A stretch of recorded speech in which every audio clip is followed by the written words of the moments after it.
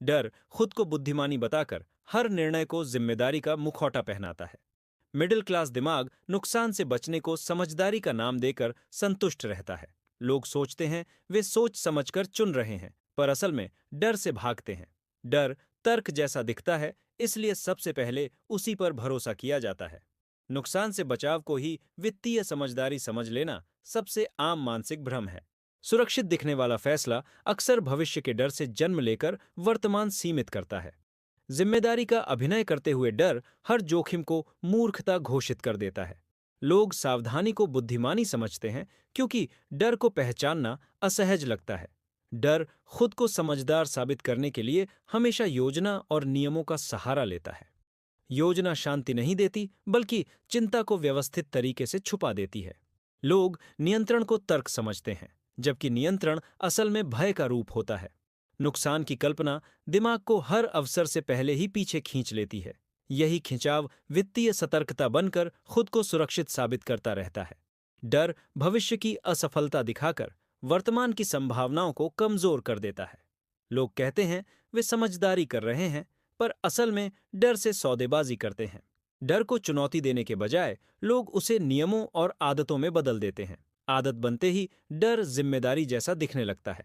जिम्मेदारी जैसा डर कभी भी खुद को समस्या मानने नहीं देता, इसलिए लोग अपनी चिंता को बुद्धिमानी की तरह पहनकर घूमते रहते हैं। नुकसान से बचने की चाह धीरे धीरे विकास से बचने की आदत बन जाती है।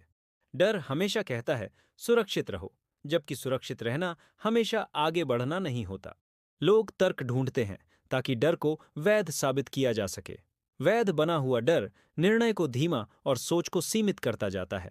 डर की भाषा शांत होती है, पर असर भीतर से कमजोर करता है। लोग जोखिम को खतरा मानते हैं और ठहराव को बुद्धिमानी समझ लेते हैं। यही भ्रम मिडिल क्लास मानसिकता की सबसे गहरी जड़ बन चुका है। डर भविष्य की रक्षा करता दिखता है, लेकिन वर्तमान की क्षमता को काट देता है। जिम्मेदारी का लेबल डर को समाज में सम्मानित बना देता है। सम्मानित डर को कोई चुनौती नहीं देता, इसलिए वह और मजबूत हो जाता है। लोग नुकसान से डरकर अवसर को ही असुरक्षित घोषित कर देते हैं। ये घोषणा तर्क नहीं, बल्कि मानसिक सुरक्षा कवच होती है। डर खुद को सुरक्षित रखने के लिए हर बदलाव को अविवेक बताता है।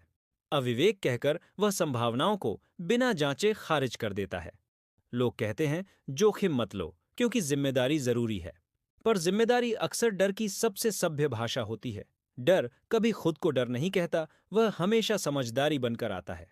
यही रूप उसे सबसे ज्यादा शक्तिशाली और खतरनाक बना देता है। लोग चिंता को प्रबंधन और डर को योजना का नाम दे देते हैं। नाम बदलते ही समस्या समाधान जैसी दिखने लगती है। समाधान जैसा दिखता डर असल में समस्या को स्थायी बना देता है।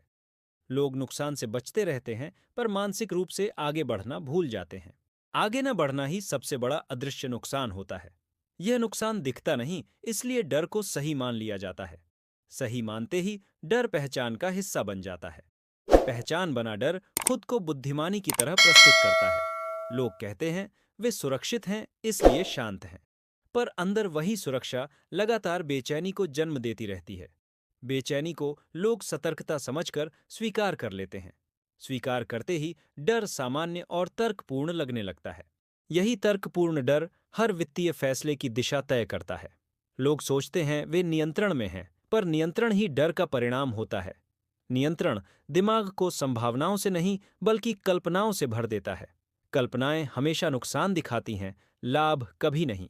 लाभ को अनिश्चित और नुकसान को निश्चित मान लिया जाता है। यही मान्यता वित्तीय समझदारी का भ्रम पैदा करती है। भ्रम में लिया गया फैसला तर्क नहीं, बल्कि भावनात्मक प्रतिक्रिया होता है। प्रतिक्रिया को लोग सोच समझकर किया गया निर्णय कहते हैं। यही भ्रम मिडिल क्लास को हमेशा सुरक्षित और हमेशा असंतुष्ट रखता है। डर कहता है भविष्य बचाओ, इसलिए वर्तमान सीमित करो। सीमित वर्तमान कभी भी आत्मविश्वास पैदा नहीं करता। आत्मविश्वास न होने पर लोग और ज्यादा नियम बनाते जाते हैं। नियम बढ़ते ही डर और ज्यादा व्यवस्थित होकर लौट आता है। व्यवस्थित डर खुद को वित्तीय अनुशासन घोषित कर देता है। अनुशासन दिखता है, पर स्वतंत्रता धीरे धीरे गायब हो जाती है। स्वतंत्रता के बिना हर निर्णय बोझ जैसा महसूस होने लगता है।